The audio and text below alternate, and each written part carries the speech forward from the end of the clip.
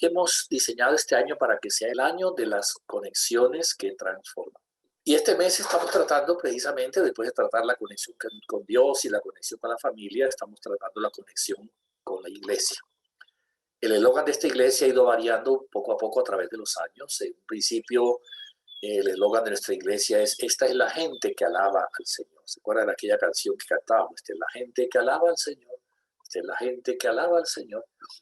Ese era pues más o menos nuestra misión, nuestro enfoque: ser los hombres y mujeres de Dios que alabaran al Señor.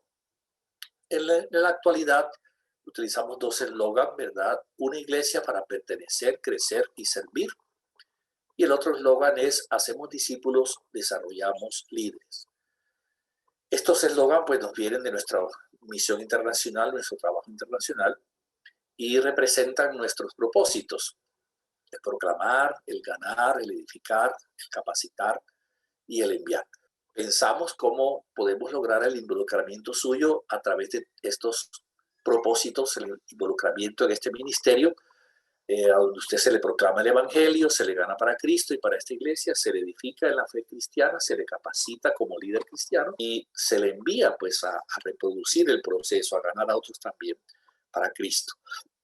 Pero en un sentido general, ¿cómo hacen las personas que están alejadas de Dios y de los caminos de Dios para terminar involucrados en un ministerio cristiano, en una iglesia cristiana, y haciendo de los sueños de este ministerio, de los anhelos de esta iglesia, los suyos propios, es decir, sus sueños, sus objetivos? ¿Cómo involucran, digamos, sus vidas al trabajo de la iglesia? Y eso es lo que significa la conexión con la iglesia. El doctor Bill Bright, un siervo de Dios que ya está en el cielo, pastor de un movimiento de evangelismo muy grande, decía que el éxito de toda iglesia está en involucrar el 100% de sus recursos en la consecución de sus objetivos. Y eso es lo que anhelamos, ¿no? O sea, ustedes son los recursos de Dios en esta iglesia y los queremos conectar, los queremos involucrar con la visión, con la misión, con los objetivos, con los valores, con los ideales de lo que Minguati Senfol representa para nosotros. He escogido un texto bíblico que es maravilloso en la palabra del Señor, que es Ezequiel capítulo 37, versos del 1 hasta el 14. Dice: la mano de Jehová vino sobre mí y me llevó en el espíritu de Jehová y me puso en medio de un valle que estaba lleno de huesos y me hizo pasar cerca de ellos por todo en derredor. Y he aquí que eran muchísimos sobre la faz del campo y por cierto secos en gran manera. Y me dijo: hijo de hombre, ¿vivirán estos huesos? Y dije: Señor Jehová, tú lo sabes. Me dijo entonces: profetiza sobre estos huesos y diles: huesos secos, oíd palabra de Jehová. Así ha dicho Jehová el Señor a estos huesos: he aquí yo hago entrar espíritu en vosotros y viviréis, y pondré tendones sobre vosotros y haré subir sobre vosotros carne, y os cubriré de piel y pondré en vosotros espíritu y viviréis, y sabréis que yo soy Jehová. Profeticé pues como me fue mandado, y hubo un ruido mientras yo profetizaba, y he aquí un temblor, y los huesos se juntaron cada uno con su hueso.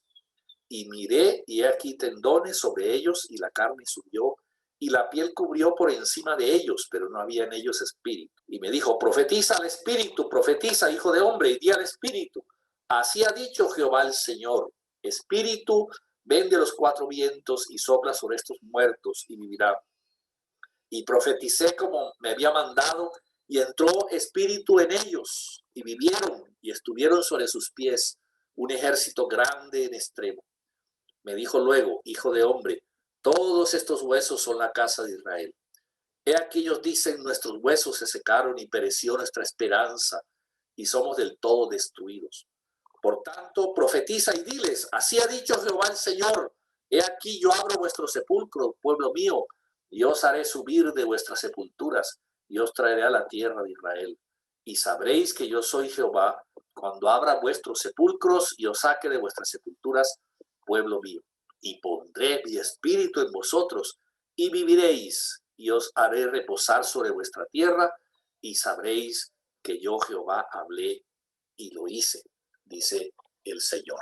Bueno, Bueno, esta es una tremenda profecía que encierra básicamente la restauración natural, la restauración física de la nación de Israel y luego también su restauración espiritual. En el momento en el cual vivimos, Israel es un ejemplo, es un milagro de Dios de cómo una nación desaparecida, una nación que había perdido la esperanza, es reconstruida en un estado moderno, un estado de tecnología avanzada, un estado que proyecta, ¿verdad? Ciencia, tecnología y conocimiento al mundo. Es como un ombligo pequeño del mundo, está colocado en el centro mismo de la tierra y de ahí irradia pues esa sabiduría con la cual Dios lo ha bendecido como nación y como pueblo. Sin embargo, Israel es un pueblo que no conoce su Mesías y hay entonces necesidad de una restauración espiritual.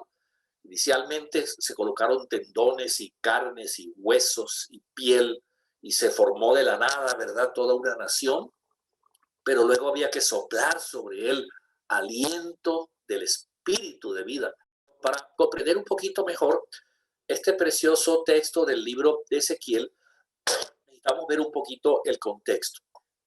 Más o menos en el año 600 antes de Cristo, fue el último de los reyes buenos de Israel, el rey Josías, un rey que comenzó un tremendo avivamiento. Luego de muerto el rey Josías, Israel entró como en un declive tanto espiritual como moral, como social y como civil. Y de ahí en adelante pierde su independencia plena y aparece una horrible crisis. Naciones como Egipto y como Babilonia estaban al acecho, conquistan a Israel y ponen tremendos tributos sobre la nación. Y esto se repitió a través de los tiempos, Egipto, Babilonia, y eso ocasionó tensiones, ¿verdad?, continuas e injusticias que se desarrollaron dentro de la nación de Israel. El rey Joaquín subió al trono y se sometió primero a Babilonia, pero luego dejó de pagar los tributos que debía pagar, y esto obligó a Babilonia a hacer una primera deportación, incluyendo al rey Joaquín, y se piensa más o menos que el rey Joaquín fue acompañado por un jovencito llamado Ezequiel. Ezequiel se fue al exilio en esta primera deportación, siendo bastante joven, siendo muy joven. Y después de esto, el rey Nabucodonosor, el rey babilonio, el rey caldeo, colocó como reyes títeres. O sea, los colocaba y los quitaba, los colocaba y los quitaba. Prácticamente eran hebreos, pero regentes del imperio babilónico. Hasta que en un cierto momento apareció Babilonia y conquistó totalmente a Jerusalén, conquistó a Judea. Y es la deportación que luego sucedió con el profeta Daniel y las historias del profeta Jeremías. Son incendiados el templo, el palacio real, las casas, saquearon los tesoros, robaron todo el oro y la plata del templo. Todo esto es narrado de forma muy triste en el libro de Lamentaciones. Las instituciones más significativas, como el templo, la enseñanza de la ley, el reinado, el palacio real, todo esto desaparece bajo el opresor. Los caldeos intentaron destruir por completo a la nación de Israel.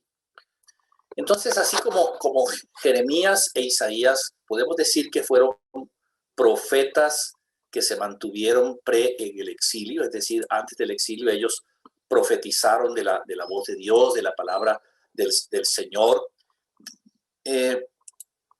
Ezequiel se le conoce como el profeta dentro de lo que es el exilio del pueblo hebreo. Ezequiel se fue con los exilados, él fue en el grupo de los exilados y se fue, ¿verdad?, con ellos y los acompañó, y en la medida en que fue creciendo su ministerio, él profetizó precisamente sobre ellos. Bueno, algunos detalles curiosos del profeta Ezequiel en el capítulo 33, verso 32, si quieren anotar, era un trovador de voz hermosa y que sabía cantar. Y eso utilizó precisamente Ezequiel para poder profetizar y enviar el mensaje de Dios. También se le conoce que era hijo de sacerdote y por lo tanto también descendiente de los sacerdotes y sacerdote mismo. Tiene visiones, tiene acciones simbólicas. El libro de Ezequiel es bastante controversial porque ahí está lleno de figuras celestiales de la presencia de Dios, de la realidad de Dios, carros que van al cielo y experiencias proféticas del mismo Ezequiel. Ezequiel no tiene tampoco pelos en la lengua para profetizar y denunciar el pecado de una nación y anunciar las catástrofes, los responsables de esas catástrofes, como los príncipes, como los sacerdotes y los nobles. Es muy conocido el libro de Ezequiel por su capítulo 34, que es una denuncia contra los pastores que no apacentan las ovejas, sino que se apacentan de sí mismos. Y en el capítulo 36 es muy famoso de Ezequiel la profecía de un nuevo espíritu y un nuevo corazón. Derramaré sobre vosotros agua pura que os purificará. Os daré un corazón nuevo e infundiré un espíritu nuevo. Arrancaré de vuestra carne el corazón de piedra y os daré un corazón de carne. Ezequiel es usado por Dios para anunciar inclusive la importancia de lo que significa el nuevo nacimiento. Este pasaje de la escritura de Ezequiel 37 se le ha caracterizado o titulado o se le conoce técnicamente como el pasaje de la visión de los huesos secos, precisamente por lo que estamos mirando acá, ¿no? La visión de este valle enorme formado o lleno, repletos de huesos que estaban secos. En otra porción más adelante dice que esos huesos estaban secos en gran manera. Y lo que sucede cuando un cuerpo es sepultado y pasa mucho tiempo en la sepultura es que se deshidrata tan completamente que aún los huesos, cuando tú los tocas, intentas agarrarlos, se vuelven polvo. No hay esperanza de vida, no hay esperanza de una resurrección. Esta visión no era ajena al pueblo de Israel. Ellos constantemente en las guerras y en las luchas veían los valles llenos de cadáveres en descomposición, esqueletos de humanos sin enterrar. Pero ahora Ezequiel lo aplica a su propia vida. Les muestra que esos huesos secos, ese valle lleno de huesos secos en gran manera, eran precisamente los huesos que representaban a la nación de Israel. El Espíritu pregunta y dice, ¿podrán revivir estos huesos? ¿Podrán de alguna manera, sin que sea sobrenaturalmente, poder volver a la vida estos seres que están secos y muertos y cadáveres en descomposición, secos y destruidos en gran manera? Viene el proceso sobrenatural del Espíritu de Dios. El Espíritu de Dios es el único que puede en realidad hacer volver a la vida estos huesos que se encontraban completamente muertos, que se encontraban completamente sin vida. Y lo que habla el profeta Isaías es una profecía, profetiza a estos huesos, diles, Espíritu de Dios, profetiza, Espíritu de Dios, que ellos vivirán.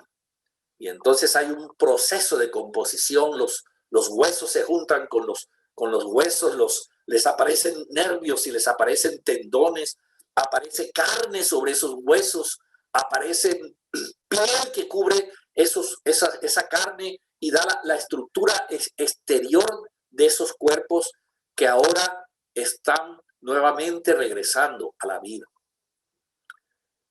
Pero aún así están muertos. Ahí está el proceso de reconstrucción física de Israel y faltaba ese proceso de reconstrucción espiritual. Se rehacen los cuerpos y luego aparece el Espíritu de Dios, ¿no? El Espíritu de Dios sopla sobre estos huesos para que estos huesos recobren la vida. La palabra hebrea por espíritu es el ruá. Ruá es palabra hebrea que significa espíritu. Ruá kadosh, kadosh significa santo. Ruá kadosh es el Espíritu Santo soplando, como en el Génesis, soplando nuevamente ese aliento de vida para que, reconstruidos esos cuerpos, ahora pudieran tener en realidad la vida perfecta de Dios. Y dice que estos cuerpos se levantaron y se formaron como un ejército poderoso. Algo inconcebible, ¿verdad? Un ejército de vida, un ejército lleno de fuerza, un ejército lleno de capacidad para hacer la obra de Dios. Bueno, Israel vivió varias veces circunstancias parecidas. Modernamente se le llamaron diásporas. Estas diásporas incluyeron a Egipto, cuando Israel fue esclavo en Egipto, incluyeron a Siria, cuando una porción de la nación de Israel fue llevada esclava primero a Siria, luego esta porción de la nación fue llevada esclava a Babilonia, es lo que estamos mirando ahorita en Ezequiel 37, y hacia el futuro Roma también esclavizó, no desde el punto de vista pues del sufrimiento o la diáspora, pero sí desde el punto de vista político, conquistó y esclavizó a la nación de Israel. Y lo más cercano conocido es precisamente la Alemania nazi. Es increíble que en épocas modernas, en 1945 en adelante, una nación poderosa, una nación intelectual, esclavizó y llevó a los guetos de concentración 6 millones aproximadamente de judíos. Es el genocidio más conocido en realidad de la historia. Y lo que dice este pasaje de Ezequiel 37, que Dios abre los sepulcros, eso lo encontraron los ejércitos aliados americanos cuando encontraron esos guetos y abrieron a la libertad a estos judíos que se encontraban allí esclavizados, martirizados.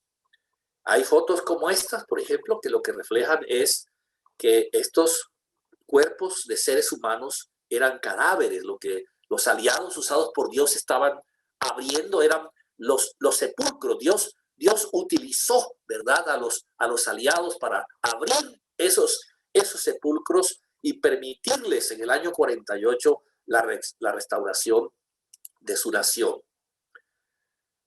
Bueno, durante esta época, pues Israel experimentó lo que dice el verso número 11, Ezequiel 37, 11, y pereció nuestra esperanza. La palabra esperanza se traduce en el hebreo, o lo que se dice en hebreo es hatikva. Hatikva es esperanza. Y de ahí se compuso un himno que actualmente es el himno de Israel.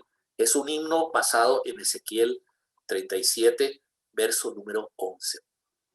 Pereció nuestra esperanza, estamos del todo destruidos, estamos del todo consumidos, acabados. Éramos como muertos, ¿verdad? Éramos como cadáveres dentro de nuestra propia sepultura. Esta es una foto, por ejemplo, de niños en los guetos, también como cadáveres, pero en un cierto momento, en los tiempos actuales, hay todo un movimiento de aliyá, es lo que ven en las camisetas de estas jóvenes, de un retorno del pueblo de Israel a su propia tierra. También cumplimiento de las promesas de Dios, las promesas del Señor. Y yo os traeré, abriré vuestros sepulcros, quitaré, ¿verdad?, vuestra esclavitud, abriré vuestros sepulcros, pueblo mío, y permitiré que vuelvan a ser nuevamente una sola nación.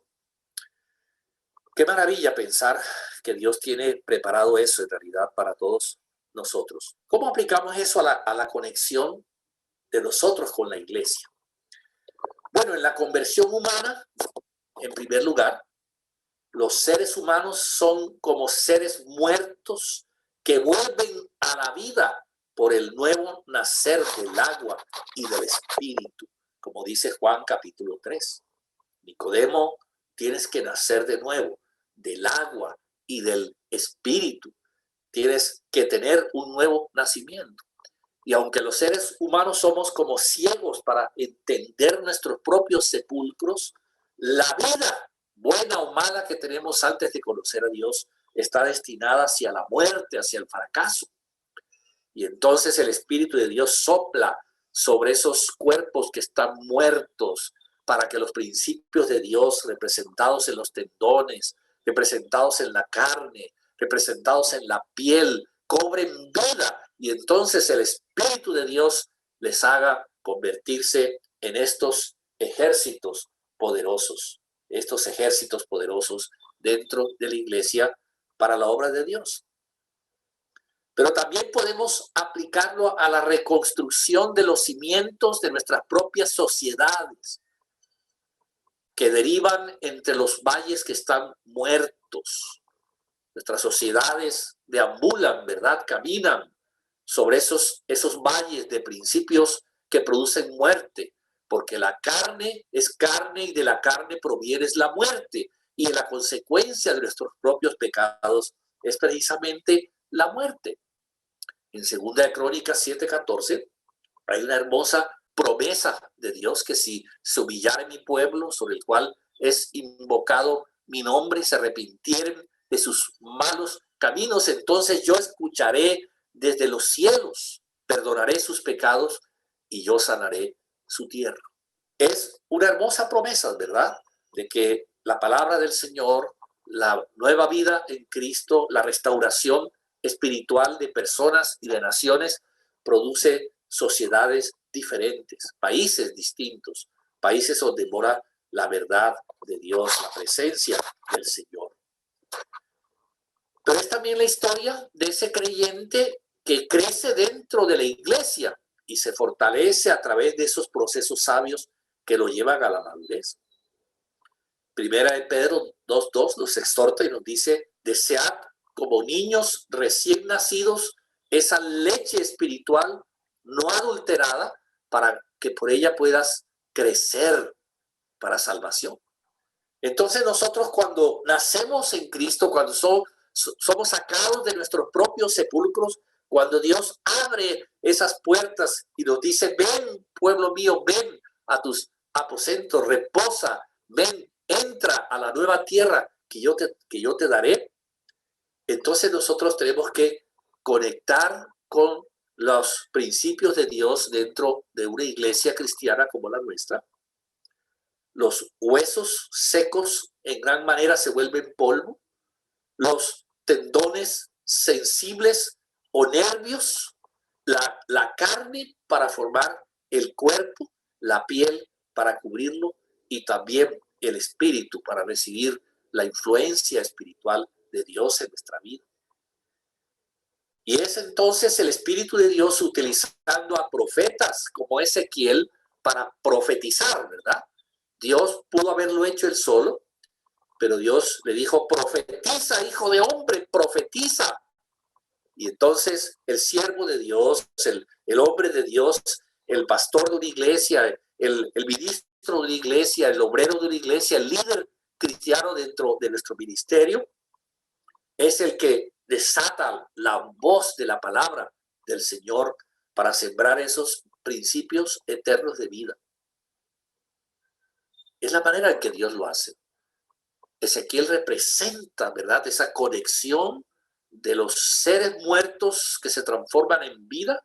Dios los hace vivir por el Espíritu Santo, pero ahora necesita esa voz profética, esa voz del siervo de Dios para incentivar el que ellos de muertos se vuelvan vivos y de vivos se vuelvan un ejército poderoso. Y he dejado pues este fondo para que nosotros pensemos que ahí estamos involucrados, están involucradas nuestras vidas. Los hombres de Dios, guerreros de Dios, que se visten con la armadura de Efesios capítulo 6, la espada del Espíritu, el escudo de la fe, la coraza de la justicia, el cinto de la verdad, el casco de la salvación y todos esos principios poderosos con los cuales nosotros podemos marchar conquistando también las vidas de otros. Y en cuarto lugar, también podemos decir que este pasaje representa una promesa de Dios para nuestra nación en estos tiempos difíciles de esta pandemia. La incertidumbre de los tiempos futuros, ¿verdad? ¿Será mañana? ¿Será en 6 meses? Algunos dicen que demora 5 años este problema. ¿Vienen las vacunas? ¿No vienen las vacunas? ¿Nos colocamos las vacunas? ¿No nos ponemos las vacunas? Médicos sí, médicos no. El mundo está patas arriba. Nadie sabe exactamente qué va a pasar o suceder. Y también puede decir nosotros como sociedad y como nación que ha perecido nuestra esperanza, nuestros sueños, nuestros anhelos por una vida mejor, nuestras esperanzas económicas, nuestras esperanzas físicas. Pero a través de este pasaje también Dios nos da fuerzas para continuar cada día haciendo la voluntad de Dios y desarrollando el plan de Dios para nuestra vida. Algunas conclusiones importantes para que oremos. Bueno, son muchas las razones por las que hoy podemos tener abatimiento como estos hebreos en medio de su cautiverio. Algunos más, algunos menos. Hemos experimentado el dolor, hemos experimentado la tristeza, hemos experimentado los encierros, las pérdidas laborales, las pérdidas económicas. Tal vez podríamos nosotros decir, nuestros huesos están secos y secos en gran manera. No hay esperanza de una vida mejor. Quien no vive en su propia carne las secuelas de esta crisis, muchas veces la vivimos en la vida de seres queridos o de pronto la tememos en un futuro no lejano. Hoy en día el COVID tal vez no ha tocado nuestro corazón, nuestra vida, nuestra salud, pero hemos visto amados, amigos, familiares, ¿verdad? Que hoy están en la presencia de Dios y sentimos su propia ausencia. Y eso nos llena de incertidumbre, de temor, ¿verdad? Hacia lo que es una solución futura. También nuestras instituciones políticas y de gobierno, y por qué no decir religiosas, ahí en los Estados Unidos se dice que hay 16,000 iglesias que han cerrado ante la dificultad de hacer el trabajo de Dios con el cual han sido llamados. ¿Quién no puede ver entre estos huesos secos? ¿Quién no puede ver en realidad también los propios, los que están allí presentes en la realidad de nuestra vida? Entonces Ezequiel emerge para nosotros con un mensaje de esperanza, con un mensaje de bendición, un mensaje de futuro. Yo os traeré, pueblo mío, a una tierra preciosa que he destinado para ustedes. Dios mismo, a través de la boca de Ezequiel, nos alienta y nos regala ese mensaje de esperanza. Confiemos, tengamos esa confianza en el Señor.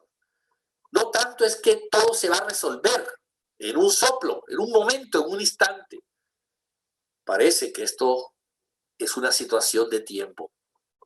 La clave es entender que el soplo de Dios, el aliento de Ruach Kadosh, nos hace convertirnos a Dios y está convirtiendo en el sufrimiento a personas al Señor.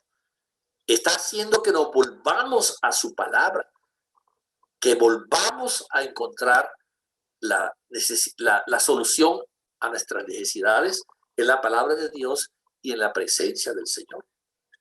Si oímos la voz de Dios, recuperaremos de pronto lo esencial, lo básico, ¿no? Ver lo importante de las relaciones de aquellas personas que tenemos cercanas, cuánto nos hace falta de veras ese abrazo, ese apapacho. Antes peleábamos con los hermanos, ahora deseamos, ¿verdad?, abrazarnos y mirarnos, ¿no? Alimentar la fraternidad, vivir con justicia, compartir con otros también de lo bueno o de lo malo que tenemos. Si buscamos al Señor, nuestros huesos también se unirán, se recubrirán de piel, se llenarán de vida y nuestros cuerpos danzarán al son de este profeta cantor que nos infunde confianza, alegría, al vaivén del Espíritu de Dios que viene del Señor para nosotros. para consolarnos, para llenarnos. Perseveremos, como dice Hechos 2:42, en las actividades de la iglesia. Perseveremos en la oración, perseveramos en la comunión de unos con otros, perseveremos en el partimiento del pan y perseveremos en la enseñanza de la doctrina. Padre, bendice a todos los que están acá presentes. Oh Señor, sabemos, Padre amado y santo, que tú eres un Dios que transforma huesos secos, los transformas en ejércitos poderosos, Señor. Y así es la vida de estos hermanos de esta iglesia maravillosa de Minguate, Señor. Ellos han pasado de ser huesos en los cuales pereció su esperanza, Señor, y han pasado a ser ahora un ejército que está de pie, que se ha levantado para ser testimonio de tu verdad en este mundo, amado Señor. Gracias porque así como tú transformaste a Israel de una nación que no tenía esperanza, una nación que dejó de ser nación, ahora tú la has transformado en una nación estable, en una nación donde sus moradores sienten alegría y gozo y paz y anhelo de retornar a ese lugar precioso. Así también, Señor, nuestras vidas. Si tú estás aquí y estás escuchando este mensaje a través del Facebook o a través de esta plataforma de Zoom y aún no has recibido a Jesús en tu corazón, el Espíritu sopla sobre ti ese aliento de vida. Él está soplando y diciendo, vive, vive, vive. Y ahora tu cuerpo y tu vida dejarán de ser huesos secos en gran manera para transformarse en personas llenas de vida y vida en abundancia. Padre, bendice a todos mis amados hermanos, llénalos de ti, llénalos de tu presencia y que tú los acompañes en todo lo que ellos hacen, Señor Dios. Gracias por el privilegio de que ellos estén para ser ministrados por nosotros. Qué alegría el poder verlos, Señor, el poder tenerlos presentes y poder profetizar esta palabra ungida sobre las vidas de ellos, Señor Dios. En el nombre poderoso de Jesús. Amén y amén.